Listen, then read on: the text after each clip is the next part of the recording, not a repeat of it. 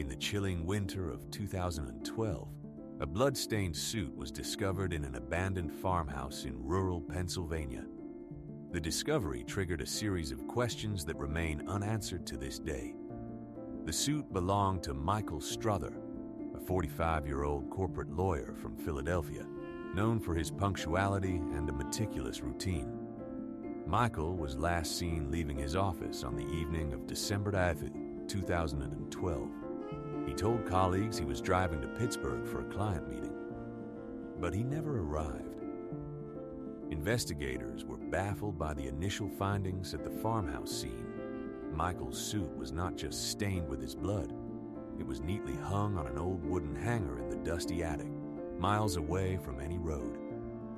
Inside one of the suit pockets, police found a cryptic note reading, "Forgive me," written in Michael's handwriting.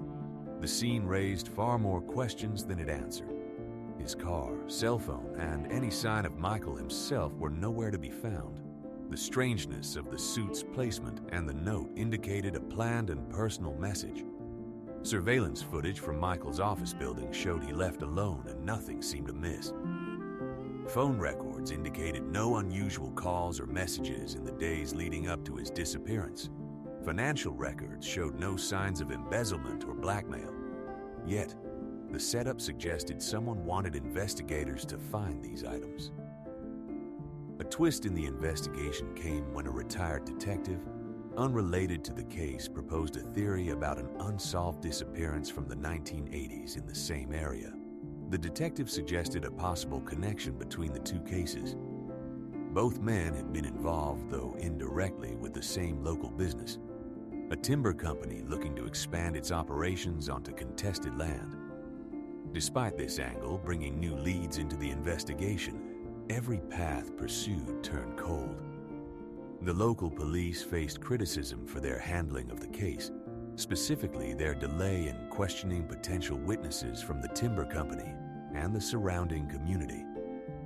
Michael's family, desperate for answers, hired a private investigator who managed to uncover that the farmhouse was once owned by a now-defunct corporation, previously managed by the same timber company.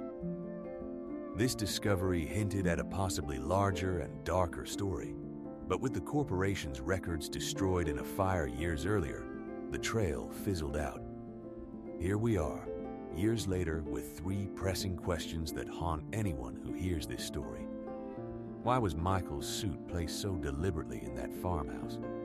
What was the meaning of the note? And most chillingly, what happened to Michael Strother after he left his office on that cold December evening? These questions linger, stirring unease and curiosity. Michael's case remains an eerie puzzle, missing pieces hidden in the shadows of rural Pennsylvania.